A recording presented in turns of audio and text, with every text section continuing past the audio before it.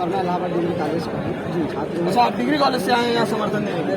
मैं छात्रों के साथ में आया हूँ। ये आप देख सकते हैं कि ये छात्र हैं, ये डिग्री कॉलेज के हैं, ये एफिलेटेड कॉलेज इलाहाबाद यूनिवर्सिटी के जो हैं ये वहाँ से आए हैं। और उस दिन भी जब 2 दिन पहले प्रोटेस्ट हो रहा था तो सीएमपी की और तमाम डिग्री कॉलेज जो इलाहाबाद यूनिवर्सिटी से एफिलेटेड है वहाँ से भी छात्र आए थे। तो डिग्री कॉलेज के छात्र भी बराबर आ रहे हैं प्रोटेस्ट में। वो भी ये कह रहे हैं कि भैया ऑनलाइन पेपर कराइए, ऑफलाइन मत कराइए। तो क्या समस्याएं रही? देखिए, हम लोग की यहाँ पर और कोई मुद्दे नहीं है। हम लोग की बस यही मुद्दे है कि अगर आपने अगर ऑनलाइन पढ़ाई करवाया है तो ऑनलाइन हम लोग की एग्जाम भी होनी चाहिए और हम लोग का कोई मुद्दा नहीं है। मैं विश्वविद्यालय प्रशासन से यही मांग करता हूँ, हम सारे छात्रों यही मांग करते हैं कि अगर आप जूम पे अगर पढ़ाया है आपने तो ऑनलाइन जूम पे हम लोग एग्जाम देने का काम करेंगे।